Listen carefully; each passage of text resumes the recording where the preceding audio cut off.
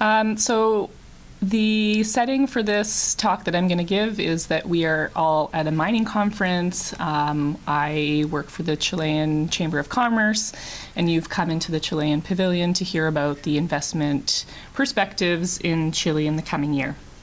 So all the audience are people who work in the mining industry, so it's not really geared towards lay people.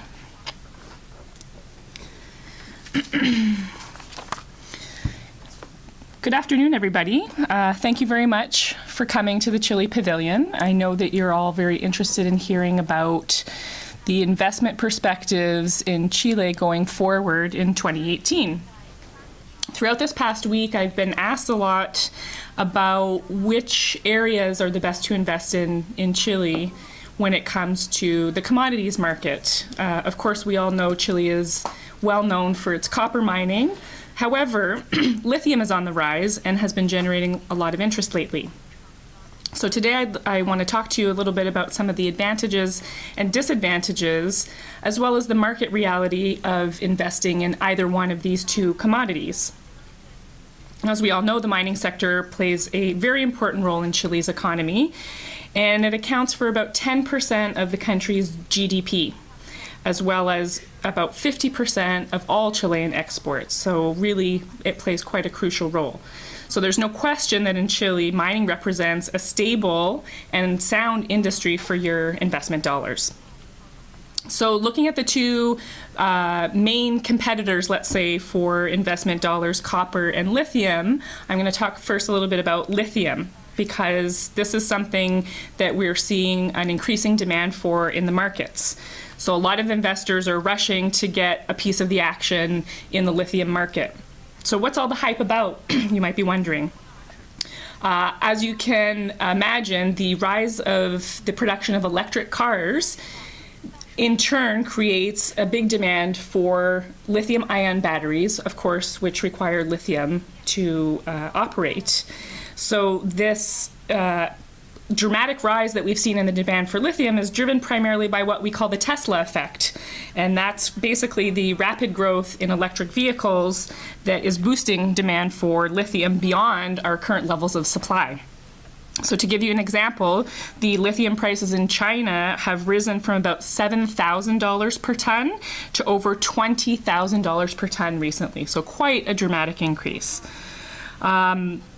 On top of that, Tesla and Panasonic are working together to build a gigafactory, which is going to be the biggest lithium battery factory in the world, again creating a huge demand for lithium.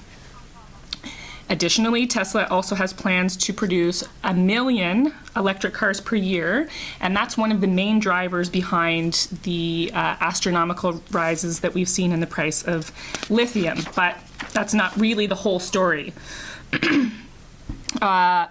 As I mentioned before, prices in China have risen, and the demand as well in China is also going to be driving the global demand and prices for lithium, as that continent's share of the consumption of lithium is expected to be about 60% of the global total by 2020. So we're going to see a lot of demand coming out of China. Their electric vehicle market is expanding and is expected to grow at a faster pace than in the rest of the world. However, there's one problem with investing in lithium, in that it's extremely difficult and even risky to gain exposure to this sector. Why? That's because lithium as a commodity is not actually tradable on any major exchanges. It doesn't have any futures contracts or swaps. So this cuts out one of the main ways that investors can gain exposure to a commodity. Even though it's not a tradable commodity, there is an exchange traded fund, or an ETF, that people can invest in, and it's called the Global X Lithium ETF. However, the problem is that this ETF has historically been a very poor performer, and it's really only 10 cents higher than its 52-week low.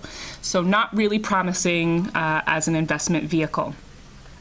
So if you can't invest in lithium as a commodity, perhaps then you want to look at investing in lithium mining companies. Incredibly, there's just 3 companies in the world that produce 90% of the world's lithium.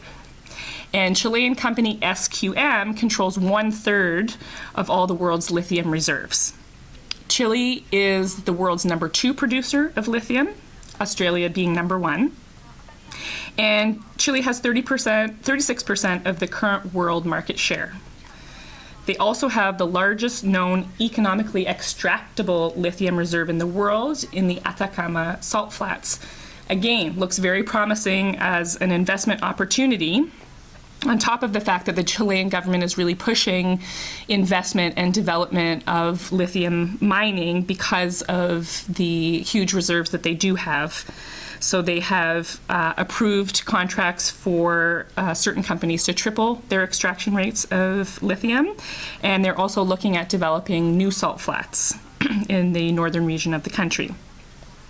So again, looking to investing in Chilean lithium mining companies seems like a good perspective, but again, it's not really as easy as it seems, because the top 3 companies that I mentioned that produce most of the lithium in the world are actually very poor performers when it comes to the lithium market. And this is due to the fact that lithium only contributes a very small percentage to their overall earnings. So for example, with SQM, which is the largest lithium mining company, lithium accounts for only 11% of its total earnings. So that's a very small part of its overall portfolio, and therefore, as an investor, you would still gain very little exposure to the lithium sector through investments with this company. If we then think about investing in junior mining companies that are exploring for lithium or trying to raise capital to bring their projects into production, this is one avenue that you could consider. But the problem with investing in junior mining companies is that the majority of their stocks are penny stocks. So these companies have market caps of less than $10 million. So what this means is that when things are good, you can have spectacular returns on your investments. However, if things are not going so well with lithium, then it can also potentially wipe out your entire portfolio. So investing in junior mining companies is really quite a risky prospect. So this creates a situation where really lithium is an irony in the commodity world, because it's a top performer and is growing at astronomical rates. However, it's almost impossible to actually invest soundly in lithium itself. So from my perspective, I would advise you against trying to get into the lithium market and instead turning towards copper, because copper has traditionally been Chile's strong point. It's the #1 copper producer in the world. Just to give you some quick figures, in 2016, the country produced 5.5 million tons of copper, and this represents 30% of the current world production. So really a major player on the copper market. I know some of you are thinking that we've come a long way from the prices that we saw back in 2011 when copper was trading at $4 per pound. Now we are down to just over half of that, so it might not seem like a good investment perspective for you. However, the prices for copper are climbing again thanks to a weaker dollar and solid trade data that we've seen coming out of China, which is indicating a stronger demand for copper. 2017 was a very promising year, and prices in that year rebounded by about 20% over the previous year. So we still have a lot going on in copper. Some of the capital outlay projections in the copper mining sector up until 2024 are expected to be within the range of 25 to 30 billion US dollars. Chile's working not only domestically to expand its copper holdings, but as well they're looking abroad. You may have heard of Codelco, which is the national Chilean mining company and the world's second largest producer of copper. And they're at this moment preparing to invest as far away as Mongolia, which is a huge untapped potential for copper production. So this could really be a huge upturn in the copper prices that we've been historically seeing. Codelco is also in the process of implementing a what they're calling a green copper program. So this will include the use of more solar and wind power in its copper productions, and also the use of water from the sea instead of taking out the already scarce water resources from the Atacama Desert. So investing in more sustainable mining practices means higher returns for you.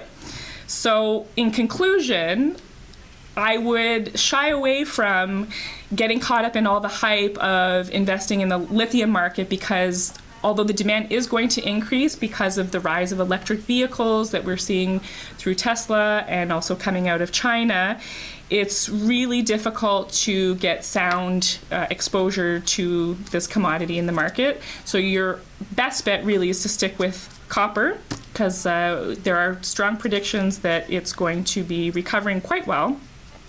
And the same demand that is driving the rise in lithium, which is electric vehicles, also creates a higher demand for copper as well, because it's one of the compounds that's used in the batteries. So for 2018, we're looking at probably prices for copper going back up to about $2.60 per pound, which is a decent return. And we expect this to consolidate over the year unless there is some kind of unexpected global crisis. But my advice to all of you would be to stick with Chile's tried and true copper sector, because I feel there's quite a lot to be hopeful about this year. Thank you for coming.